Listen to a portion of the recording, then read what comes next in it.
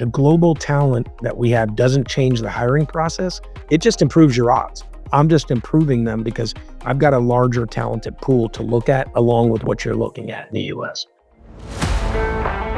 Welcome to the Business Builders Playbook, the show that breaks down the systems and strategies behind predictable revenue growth to win in business. In each episode, we're diving into the proven strategies that separate the winners who scale from the losers who fail. This show is sponsored by BDR.ai, the AI-powered business development platform that automates your outbound prospecting so you can focus in on closing deals instead of chasing leads.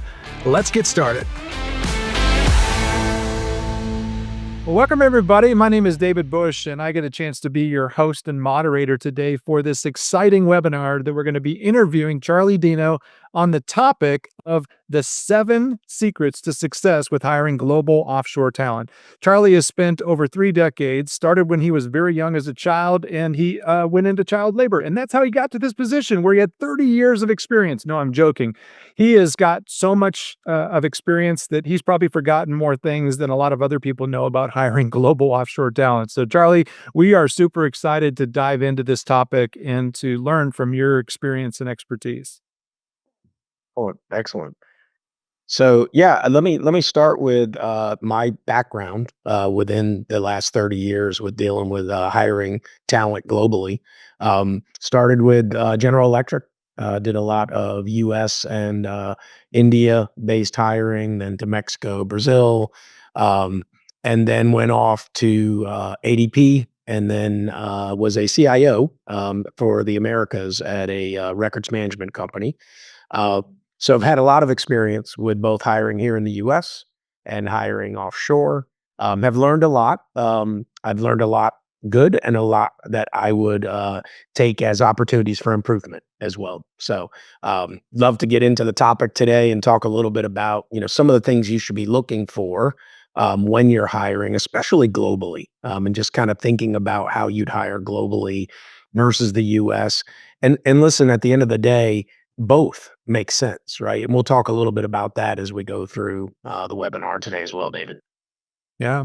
Well, a lot of companies are facing, the traditional problems that come with traditional hiring, which is delays, inflated payroll costs, missed opportunities, less than quality talent because the talent pool is not necessarily expansive. And so we're going to be able to hit these things head on. And, we played this to be the 7 secrets, but a lot of these things are information that are readily available. It's just a secret to maybe some of the people that are coming to us today because they've heard maybe something that's negative or they had a bad experience with something. And so I'm excited to dive in. Are you ready to unveil these 7 secrets with us? 100%. 100%.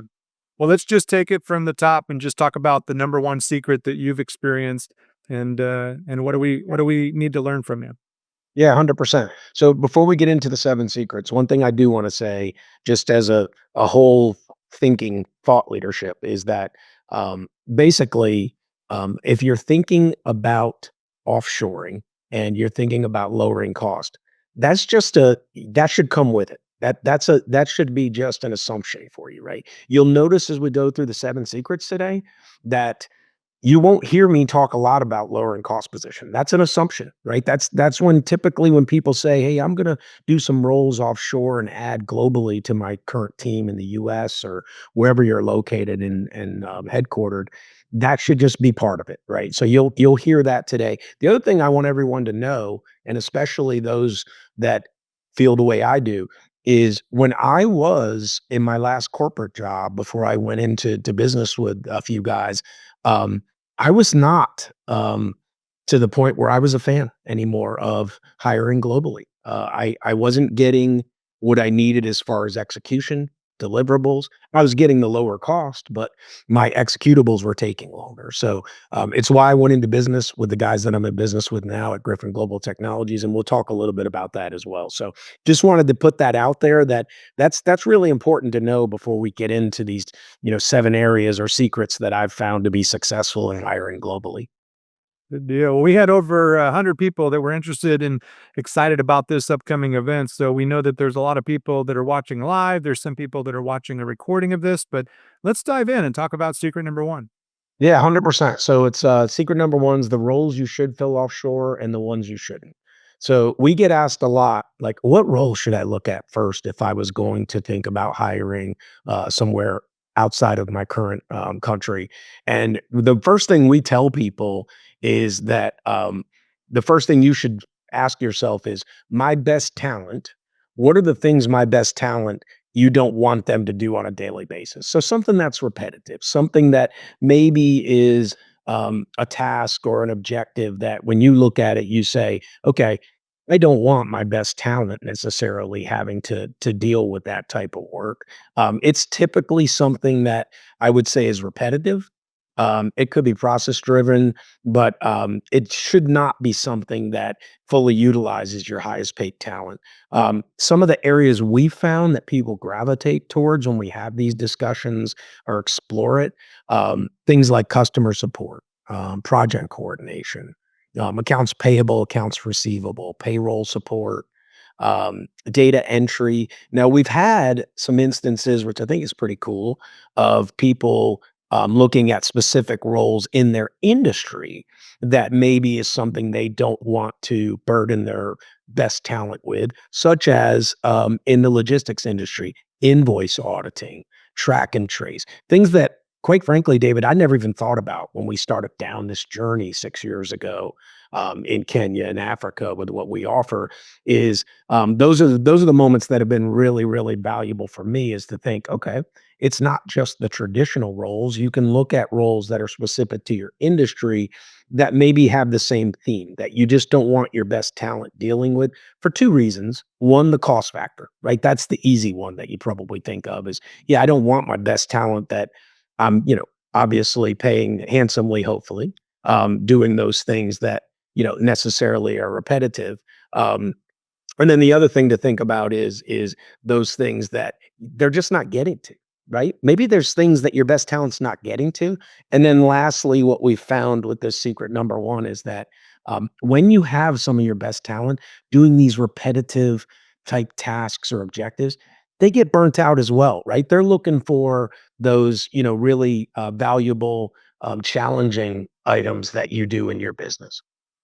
Yeah, well, I love that when we were planning for this particular webinar, we were just talking about what are some of the things that people really need to know, and you mentioned a quote, and you said, "Your best people should be doing their best work, not the work that they tolerate." And that really just stood with me because I think that that's something that a lot of people understand from a sports analogy.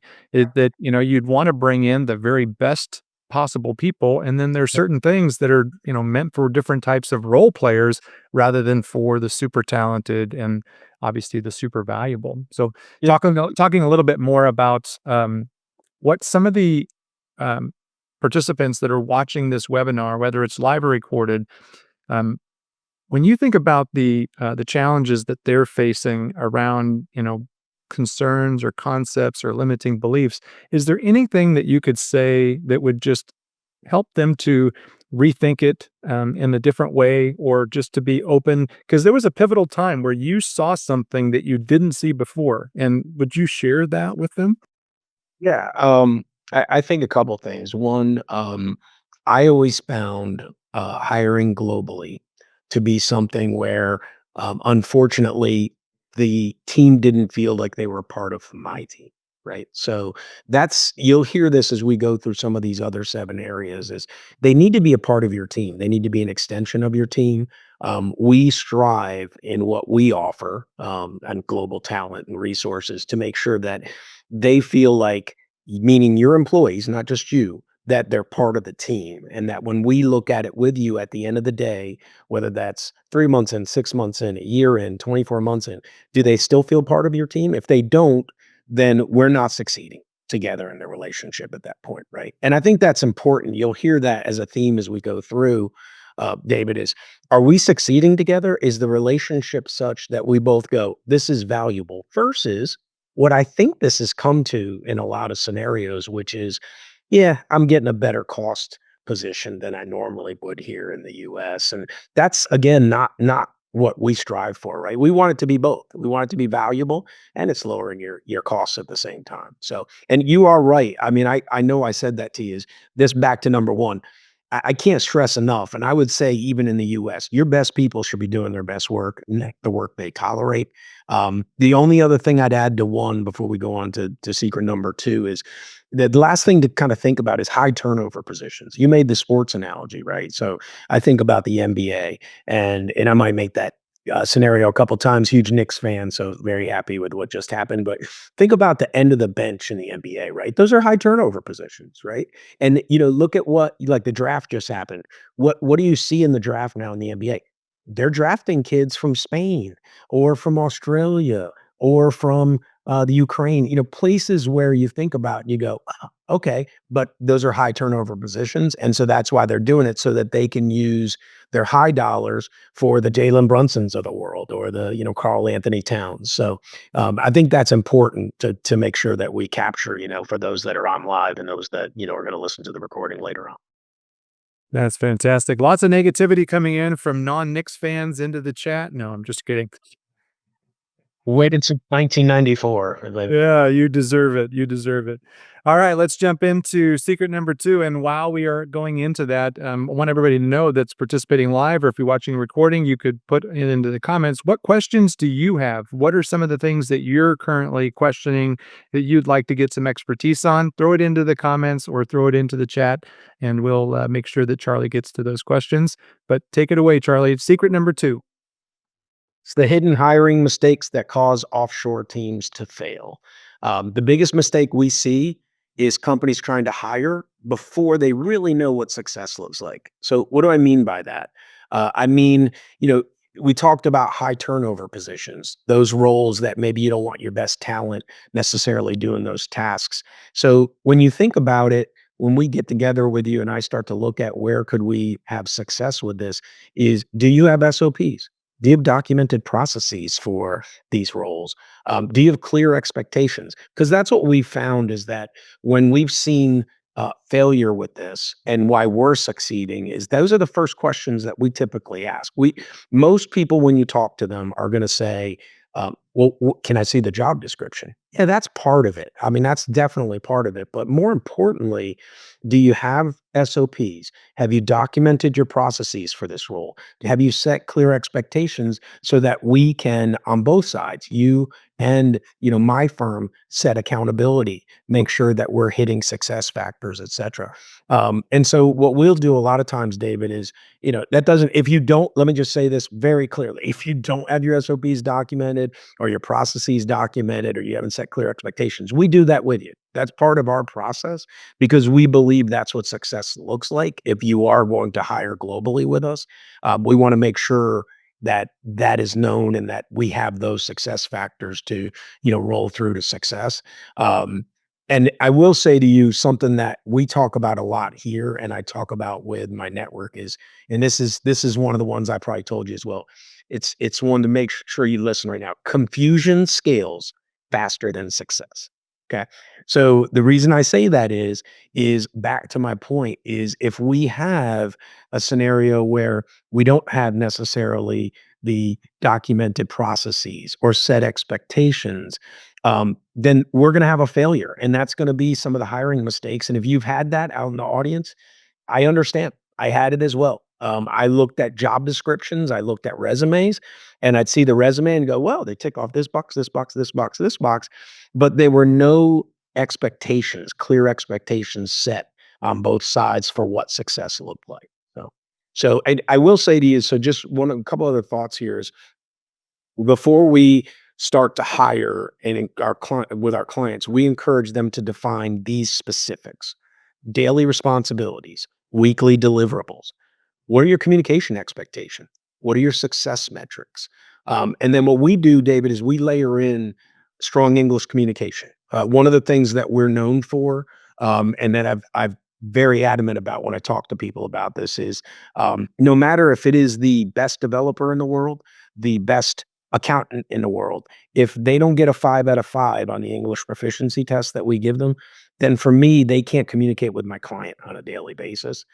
The other things we layer in quickly is US work hour alignment or wherever you're located. I know we had some people that registered, and very exciting that were in other continents, other countries, but whatever your work alignment is, we've aligned that for the success factors for you and for us if we, hire. We also, this is a little unusual, but we were very adamant about it, David. And if people don't know, I can explain it real quick. We have our SOC 2 compliance in Africa. The reason we did that for physical security and IT security is we wanted people to be comfortable as they worked with us globally to hire resources that they knew that their personal identifiable data, et cetera, would be in good hands. We add layers if you want, like virtual desktop initiatives, et cetera, but that's really important. And then the last one that I think is really important for people to hear is I really did not know this until I got on the other side of the coin here and started to help people find talented global resources is flexible contract terms. So I didn't know this because, quite frankly, and folks in the audience, and you could laugh, is I was a C level executive, and I never looked at the contracts. My vendor management team did, and then told me what I should be looking at. But there's a lot of contracts out there with firms that provide resources globally that actually have penalties if you want to leave the contract. Penalties such as David surprised us, such as you've got to pay for our resources PTO. Wow.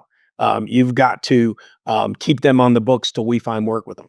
But one of the things that we've done to make people feel comfortable with hiring globally and with our resources is we have no risk contracts. You give us a 30 days notice and we're good. And I'll tell you why. It's not because it's the right thing to do. It's also because we stand behind our product, right?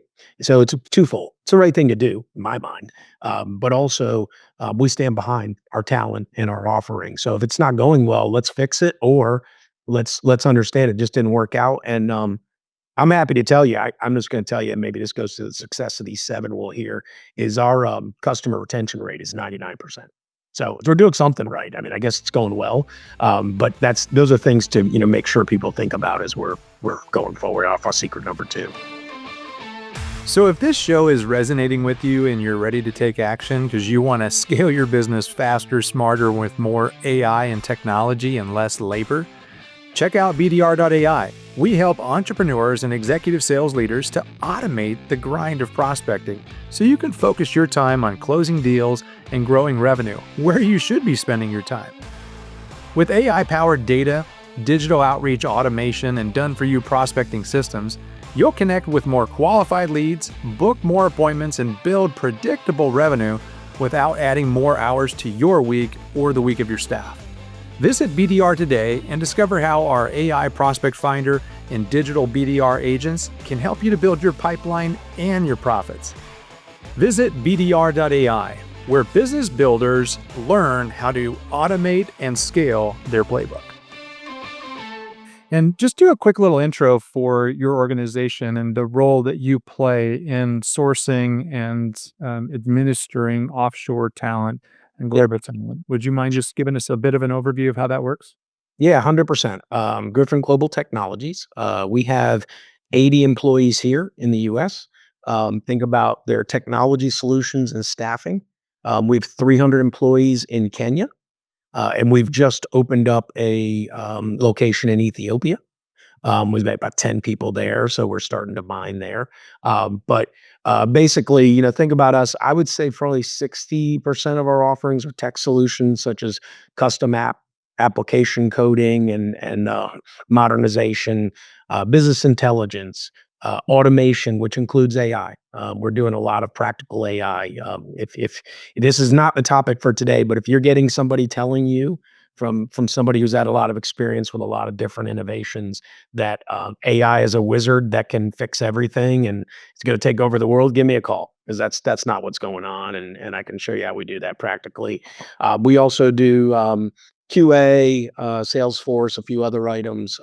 Also, probably the other one that people do a lot with us is integrations, integration hubs. We're using a lot of AI there.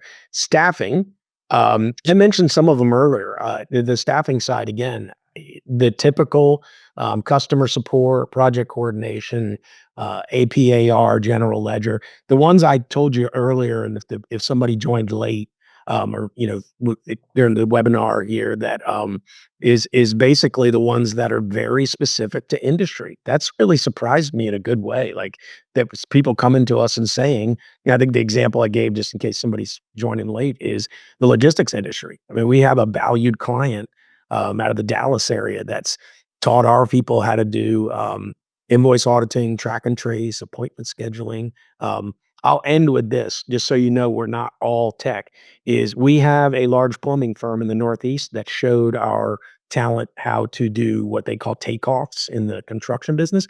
It's estimating, and they're doing a great job. We've actually had a couple master plumbers look at it and be like, "Wow, I mean, this is as good or better than what I could do in the U.S." And I'd rather spend my higher dollars in my P&L on my better talent. So that's a little bit about us. That's great. Question from one of the participants, Doug says, which offshore region offers the best value for your money? You mentioned that you're focusing in specifically on the continent of Africa. Yeah. Why? A couple of reasons. One, full disclosure, our founder and owner that was my vendor, he had a relationship in Kenya. And then we found out, myself, him, and our other executive partner, that the number one tech university in all of East Africa was in the town he was going. He comes back and says, "Hey guys, this is the scenario. Dekut's the name of a Dekut. We just started a business 6 years ago. So that's legitimately how it started. But I will tell you the things we've found out in the last 6 years, what's made it exciting. And I I would say to you, some of it was strategy, some of it was we just got lucky that we were there. You've got people like big businesses investing in Africa right now, like the Microsofts of the world, et cetera. But what we found so far with Kenya and Ethiopia is the cost position is lower than other regions right now, right? The only caveat I would give you, and we surprise ourselves, we have been finding some senior people over the last like 24 months, but think about what we offer typically. They're people, they're all college educated. They're coming out and they've probably got somewhere from, just out of college to 5 years of experience. We still tell people, like, if you're looking for somebody that's a 20-year experienced architect in the technology world or a CPA, that's not what you're going to find right now in Africa. We could find it. It's just going to take us longer. Right now, what we're finding is that sweet spot of somebody who's straight out of college to maybe 5 to 7 years of experience. Our costs right now are lower than anybody that I compete with. But again, I just want to say again, Doug, thank you for the question. Is you're going to hear me keep saying it, is if somebody's talking just cost to you, then they're missing the boat. When we talk to you, it's not just about cost. It's about these success factors we've found in what we're doing globally with hiring resources and sourcing. Right. Well, we covered secret number one, which was the roles that you should fill offshore and the ones that you shouldn't. And then you just covered secret number two, the hidden hiring mistakes that that cause offshore teams to fail. And the big takeaway there was confusion scales faster than success. And also, hiring before documenting the role, that's a big one to avoid. So let's make Right. sure that that process gets identified and clear, measurables so that you know what success looks like. So let's jump into secret number three. Sure. The myths that keep companies overpaying for talent. Um, one, and we talked briefly about this, but I'm going to go a little bit deeper. So, one of the biggest myths is that great talent only exists in your local market, right? Let's go back to sports. I'm a sports guy, but you could do this analogy anywhere. But let's use soccer this time, right? FIFA's going on right now. I'm in Atlanta, big deal. Everybody's excited here in the U.S., Canada, Mexico. Um, but think about sports and like soccer and other sports right now. So they don't believe that, right? I mean, you look at any premier professional team or a country team, most of them are from other countries, right? If you look at soccer with the Premier League or La Liga or any of the large professional leagues, they've got players, and even from the US now. That didn't used to be the case, right? I mean, when I, started watching soccer when I had hair, David, the kids weren't from the US. Now they're hiring, they hire the best talent, so we'll keep the hiring, but recruit and hire the best talent. So your business should think the same way. You should think that way, right? Because elite talent isn't limited to geography, right? I think there was a time, and I think we're guilty here in the United States of thinking that, well, US resources are obviously going to be better than other resources globally. I'm here to tell you again, I'm going to say we can lower your cost position.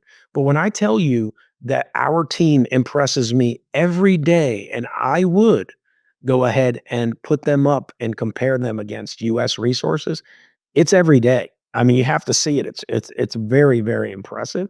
But that's so that goes to what I'm saying is that, no matter what you're looking at in the roles we've kind of talked about, whether it's accounting, customer support, software development, quality assurance, project coordination, all these other functions, if you're not thinking of recruiting globally, I would argue you're missing out, right? And again, it's not just about lowering cost position. That will come with it, but you're going to get really good talent to augment your current talent here in the U.S. as well. So I think I told you, and then you can ask me questions, or if there's any questions on the chat.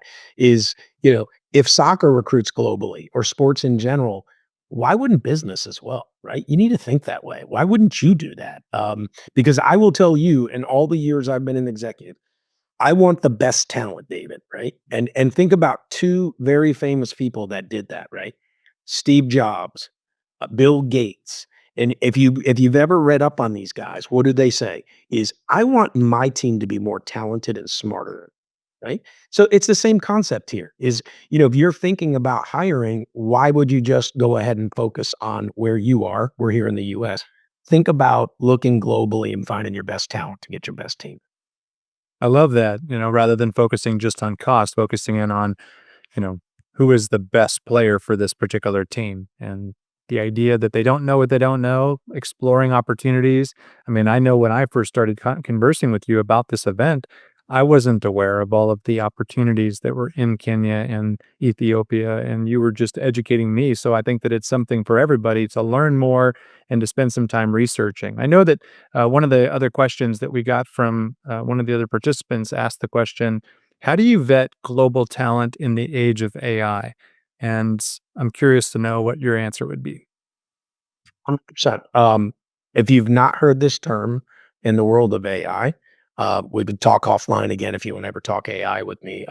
Human in the loop, right? It's very important. So, how are we using AI? We are using AI. There's no doubt about it. If you're not, again, let's talk offline. You should. There's a lot of practical, safe ways you could be using it and seeing some real productivity from it. But what we do, where it's helped us a lot, is we've been able to take resumes, for instance, and run them through an AI generator and really understand if it's hitting the critical success factors we talked about earlier for our clients. Like metrics. We also utilize it in our recruiting as we're looking around and finding talent as well.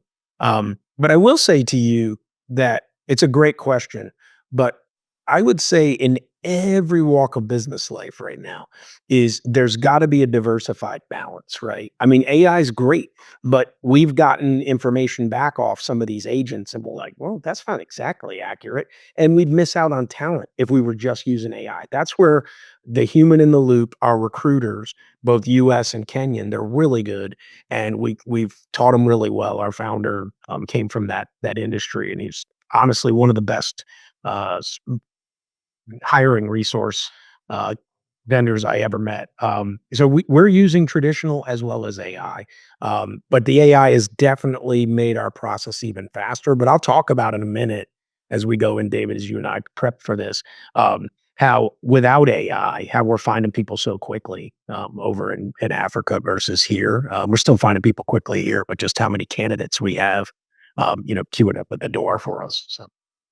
Good to hear. Thanks for the questions. If anybody has more questions, you can submit them into the chat, or you can add them as a comment, and we'll come back and answer those comments if you're watching a recording of this. So, moving on to secret number 4. We're almost halfway done here, so excited to hear what you have to say about secret number 4. The simple framework for finding qualified talent faster. So that question was timely, right? So let's talk a little bit about that. One of the reasons that hiring takes so long is because companies rely too heavily on job descriptions. We talked about that earlier. I snuck that in. We're talking about success metrics. Uh, Most job descriptions describe responsibilities. Um, Top candidates, when you find your top candidates, they care about outcomes, not about de- describing descriptions, etc., in a job description. So we use a framework that focuses on four factors: business outcomes, daily responsibilities, required skills, and behavioral fit. And then out of those 4 areas, what we also do that I think's very, very progressive and unique is, we use, video introductions and candidate profiling through, an application that we've created called Spotlight, Spotlight Me. It's a proprietary, portal that we built. I mean, think about it as, in the old traditional way, David, we would have where I would say to you, "Okay, David, what are you looking for? Okay, we got our success metrics. We're looking for people. Here, let me email you a resume. Okay, great. Do you like the resume? Nah, I don't like it. All right, let me send you another one. Okay, I like this one. Okay, let me set up an interview. You haven't even talked to this person right yet.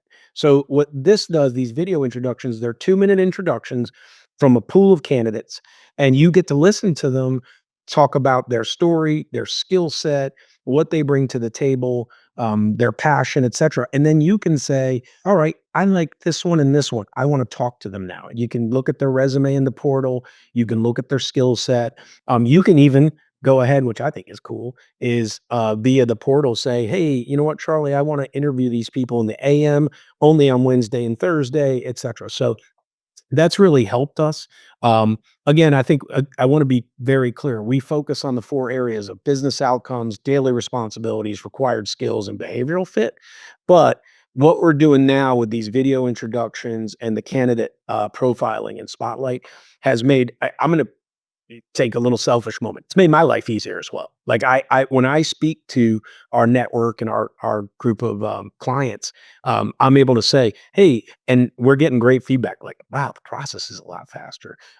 We're doing this with Kenya right now, David. We're actually going to start doing it with the U.S. I think it's going to be something that is going to help us, across both areas and globally. And then just a couple other things to mention here is resumes, if you think about it, tell you what someone has done. Videos often will tell you whether they belong on your team, right? So that's why it's important, these video introductions. When we introduced it a few months ago, it's just really right now. I'd love to show people it. It's going really well. So I would just say to wrap up secret four, and then we'll see if we have any questions. Is resumes they get interviews, conversations get hires, right? So that's why these video introductions and focusing on business outcomes, daily responsibilities, required skills, and behavioral fit, along with the video introduction and the profiling of the resume with the video introduction. The video, again, will tell you whether they belong on your team. So I can't stress that enough. Yeah, that's great. And you had mentioned something about Kenya in our pre-webinar interview. You talked about the background of Kenya and the English-speaking proficiency being significantly higher because of some ancestry factors that I wasn't aware of. Would you mind sharing a little bit more about that? Yeah, 100%. So, in Kenya, in particular, they wanted to bring tourism, business, etc. So, about 3 generations ago, in their school system, they started to um, hold the students accountable that if they spoke Swahili or their tribe language, they would get punished. They had to speak English, right? So you're talking about, you think about your family. I mean, you're talking about your great grandfather, maybe even your great great grandfather. So the young people we have coming out right now that are part of our resourcing pool, that's why their English is so good. I think I told you a funny story here in Atlanta playing tennis. This is 5 years ago. We're a year in, and somebody said, "Hey, why do you think their English is so much better?" And I'm like, "Well, they were a former British colony." And the person made me feel a little dumb. They're like, "So was India." I'm like, "That's a good point." And then I went and found out. I was curious, and that's what I was told is that they started to really focus on English proficiency in their schooling system generations ago. And so that's why if you watch these video introductions that we just talked about, to make sure they're a match for your team, you'll see the difference in their English proficiency. Yeah. Another question from the participants. This one comes from John, and he asked the question about can you make any comparisons between internal plus offshore versus external and offshore? Yeah, absolutely. Um, I will tell you, John, that about 4 it's been 6-year journey, a little more than 6 now. 4 years ago or so, I would have told you the external factor because I think what he's talking about, David, is, talking to external clients. Like, so for instance, potentially doing like an inside sales or communicating, etcetera.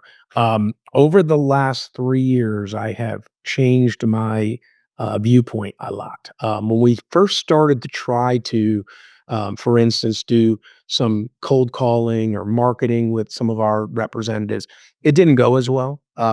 Same thing with customer support. Well, over the last 3 years, I think it goes back to the success metrics that I talked about earlier and making sure that we set clear expectations. We've got a couple cool stories. One is a crypto ATM company that's one of our clients. They have like 9 or 10 of our people now doing customer support. That's not just taking calls. That's actually if somebody's at an ATM with crypto, they've got to talk to the end user at that point, and be able to troubleshoot and figure out what's wrong with that ATM. The other one is a client that buys and sells homes.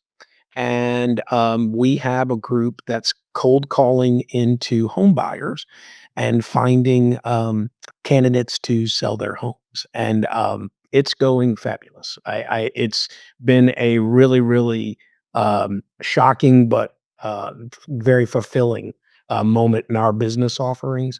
The internal side, I would say, um, that's been going well for almost 6 years. I mean, it's the internal candidates resourcing.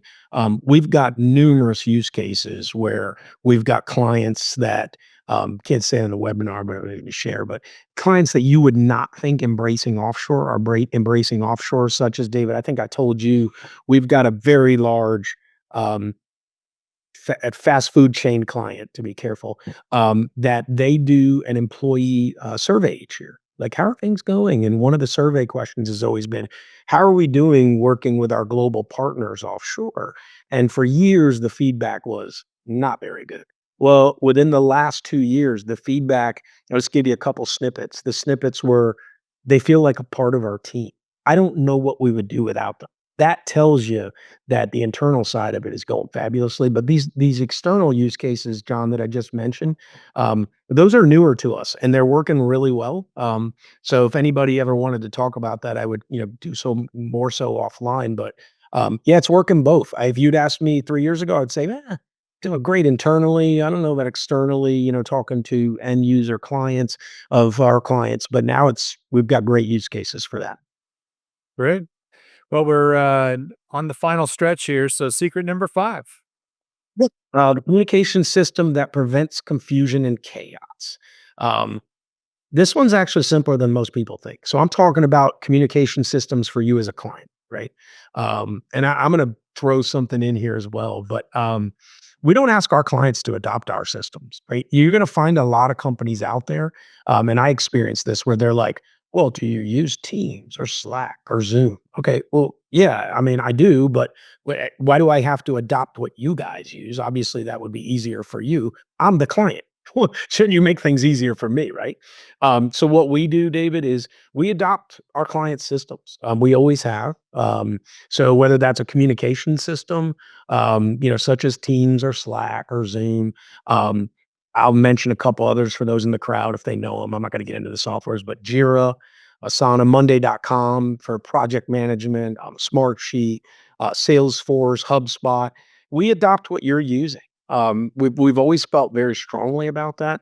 I'm going to double down on that. That we've also stayed very agnostic in our solutions from a tech software perspective, for that very same reason. Is we want our clients to get the best value from us because they're our clients, right? We should be making our clients' life easier, and when we're getting them resources globally, that should be part of it, right? Not just the lowering of cost position again. It needs to be values like this where we're saying, okay, yeah, we'll use that. What are you guys using? Now, I mentioned the norm, like the ones that are very prevalent. We have other instances where We've done some, off-brand items as well. And I'm just going to sneak one in on us. I know it's not the topic, but same thing with AI agents right now, right? We get asked all the time, myself and my partners. So what AI agent are you using? You using Claude? You using Copilot? What are you using? And we're like, we use what our client uses, right? Now we're doing agent to agent stuff and RAG, a lot of stuff that we could get into a technical discussion, but it's same on the technical and staffing side is that we want to make our clients' lives easier, our life easier. So our resources are going to use what you ask us to use from a communications perspective. So, um, and one of the major reasons is we want you to feel like the resource offshore globally is really sitting in your office. It's not a separate team. It's not operating on a different island. It is a part of your team. It's like it's sitting within the building, maybe on another floor, but so and I would say the best offshore team is the one your employees forget is offshore. And we have a lot of use cases for that. I've got a lot of examples, but I want to say it one more time because I think that this is a very important point. The best offshore teams that you can hire are the ones your employees forget are offshore. And I just told you a story about a very large one that I can't say here in Atlanta that's happened. That's happened, man. It's just part of their team. Fantastic. Uh, this next question from the audience, Paul asks, what does the governance model actually look like for managing offshore talent at scale and who owns the performance? Yeah, 100%. Thanks, Paul. I actually saw that in your registration. That's a great question. We own it together. So what we do, as part of our solutions and why things are working so well, and what we set up is we wanted accountability on both sides. So as part of our offering, we have management layers here in the US and also in Kenya. We have 3 US, former US Atlanta citizens that are living in Kenya. The reason we've done that is we want governance accountability. So let's give examples. So if one of my clients calls me, typically they'll call our VPs, but if they call me, I would say, okay, what's going on? What's the problem? And then they bring whatever issue it might be, and we get on it very quickly by getting on the phone, not only here in person, but also with our management team in Kenya to say, hey, here's the feedback. What do we do to make it better? Some of that is too, I think this goes to governance, maybe not traditional governance, but we have teams in Kenya as well with leads on our client teams. So that leads brought in as well, not just our management layer that oversees everything accountability wise on objectives and KPIs, but also that lead within the client will get involved as well. So that's what we found to be very successful in governance and accountability. So that's hopefully answers Paula's question. Fantastic. Well, you said something that everybody wants to just jot this down. This is a jotter downer from Charlie Dino, and I think that this quote is something for all of us. The best offshore team is the one your employees forget is offshore. Great filter, great opportunity for us all to remember. All right, secret number 6, Charlie. Yeah, and Paula, I don't know if these are being fed to me by you, David. This is a great segue. The accountability model that protects quality and performance. Okay. So when it comes to accountability, our philosophy is very simple. Whatever you expect from an onshore employee, expect from an offshore employee. So it doubles down a little bit on Secret 5, but I want to dig more into it in that, think of areas that I think, and I've been guilty of this in my past in the corporate, executive life is I treat probably my employees that were in my building a little different than maybe offshore globally, and some of them were part of our actual P&L. That's a no-no from what I've learned is when it comes to accountability, your standards should not change, right? So if you track productivity, quality, accuracy, your customer satisfaction, um, responsiveness for your local employees, it should be the same for the employees globally, right? I mean, that's how you make them a part of the team. What we just mentioned in our last track of discussion. So I would say to you track exactly the same metrics for your global employees that you would for your local employees. Lower cost, I know doubling down again on this, lower cost should never mean lower expectations, right?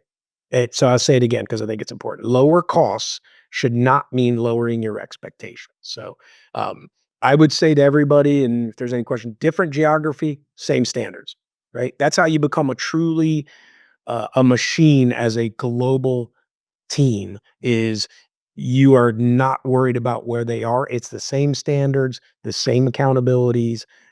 They're just part of your team. So that's an important one as well that I'd like people to take away from today. That's great. Well, I want to have some time for one more question from the audience, but would you take secret number 7 next? 100%. So 7 is the growth strategy that makes hiring easier, simpler, and more scalable. Um, So hiring's still hiring, right? Whether it's, global or domestic. Global talent doesn't eliminate the need to find the right person. So what it does do, it is expands your access to talent dramatically. So let's think about this. Like I post a role here in the US, and I'm sure people in the audience have experienced this. I might get 10 qualified applicants, right? That's how it works. I mean, we still do it. I do it here. When we post a similar role in Kenya, we get 150 qualified applicants. Okay. So that just changes the game. It changes your pool. If you think about things again, just to go back to our last point, different geography, same standards, is when I'm looking for talent for you, um, I have just made my odds a lot better with 150 applicants versus 10 qualified applicants. So, again, just to reiterate it, we found if you're posting a role in the US, you'll find like 10 qualified applicants, maybe. In Kenya, when we do a similar role, we're finding 150 applicants. That doesn't mean we hire faster because we lower the standards. Okay. Let's make sure that everybody knows that. It means we have a much larger talent pool from which to select the best fit. The mistake we've found companies make in hiring is they rush. So the advantage of global talent isn't speed alone. The advantage is having more options, more flexibility, and a better chance of finding someone exceptional.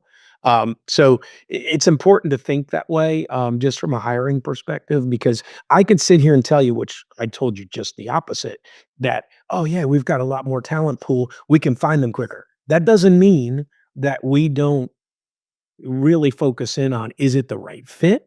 Does our client agree with the video introduction? Does our client agree with the resume, et cetera? So I would just say this on 7, the global talent that we have doesn't change the hiring process. It just improves your odds, right? I mean, it's an odd improver. Like it's the odds of any type of statistics with hiring. I'm just improving them because I've got a larger talented pool to look at along with what you're looking at in the US. Yeah. Well, the last question from the participant, Bob, says, if I'm not using offshore talent or global talent now, what's the logical process for me to follow, and what's the time frame that it takes? Yeah. The logical process would be typically we have an initial conversation. We start with the number one out of the 7 is talking about what roles would be the best ones for you to consider doing first globally. I'll typically tell people not just what we said earlier around those tasks and processes where your best talent you shouldn't have them doing it. They're just doing it and you're tolerating it. We also start with something that, which was number 2, that you've documented. We can help you document if you don't have it, but something that you've documented because we want that first experience to hit these success factors that I went through today that we've learned. And then the timing of it, typically, I mean, we've had people get their first opportunities in Kenya within 4 to 6 weeks. That's how quick. And I think a lot of that, you just heard me talk about it. Our odds, we increase them because we've got so many, qualified applicants for what you're looking for. And some of it is too, with full disclosure, it depends on, um, you as well, right? The person hiring needs to be very involved in the process.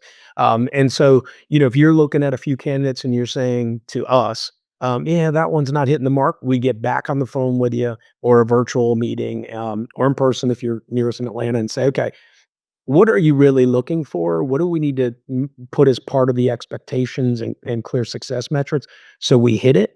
And I think that's why it takes only 4 to 6 weeks. I mean, I think on the outside maybe 8, but I'll tell you our best. Those listening from my firm will probably get a little upset with me. We've had some where we've been able to find somebody and get them in place in 2 weeks, 2 to 3 weeks, right? So, but I'd say realistically, 4 to 6 weeks on the outside, 8, but 4 to 6 weeks is very realistic for us to get somebody in place. So, yeah, Bob, listen, if you pro bono, if you want to talk to me about the process and how we do it, always here and ready to talk. So, thank you for the question. Yeah. Appreciate your consultative approach, Charlie. And obviously you've got all the education and experience and expertise in this area, but you obviously also give liberally information and truth and transparency. And I think that that's why so many people just love working with you. And we're so appreciative of you sharing these secrets with us. We hope that everybody captured some ideas, even if you just got one really good one that helped you to, maybe have a new perspective on what's available. Please leave a comment in the chat or leave a comment if you're watching a recording and let us know what your best takeaway was. We will provide all of the contact information for Charlie so that if you need to get in contact with him to answer more questions that didn't get answered here, or just to have some more conversations personally about your opportunities to go globally or offshore with your talent opportunities. And all contact information will be with the recording of this video, or it'll be emailed to each and every one of you. So, Charlie, any parting words as we wrap up here today? I mean, yeah, I guess the only things that I would highlight, because I think you said it earlier, is 2 things, to take away for you. I mean, take all 7, but the best offshore team is the one your employees forget is offshore. I think that's 100% right. It's how we operate on a daily basis. Um, a different geography, same standards. Because I think accountability is huge in this, right? The things I've learned, all of these are very valuable. I hope you found them to be valuable in the process, but that's important. The accountability factor, I think Paul asked it earlier, is that the accountability factor is very, very key to the success that we're having right now with finding global talent and making them part of our clients' team. So, David, I just want to say thank you for putting this together today. Thanks for those that attended, those that are watching after the fact. I know people get busy, so I didn't expect everybody to make it that had registered today, but I hope you'll find some really valuable information from the webinar, and let's stay in touch. I'm always available to talk to anybody that's on the webinar today or anybody that watches it in the future. And hopefully, again, you guys found some valuable moments here for you to consider hiring regardless of where your geography is at this point as a company. Really good. Reach out to Charlie for more information. We want to thank everybody for your time today. If you found value in this, which I'm not sure how you couldn't have found value in it, share it with somebody that you think might be interested in this particular topic. If you're not a Knicks fan, please send all those nasty messages to Charlie's email address that we'll provide to all of you. So thanks, everybody. Thanks, Charlie. Thank you. Appreciate it. Thanks for tuning in to the Business Builders Playbook. If this episode gave you some plays that you can start running in your business today, hit subscribe and share with another revenue leader who's tired of the pipeline grind. Building predictable revenue isn't something you figure out alone. Whether you're looking to automate your prospecting with BDR.ai, or you just want to talk through the growth challenges you're facing, reach out. We help business leaders just like you to build systems that actually scale. And if you're ready to stop being your company's highest paid prospector, let's have a conversation. Reach out to us at bdr.ai. Until next time, let's keep building.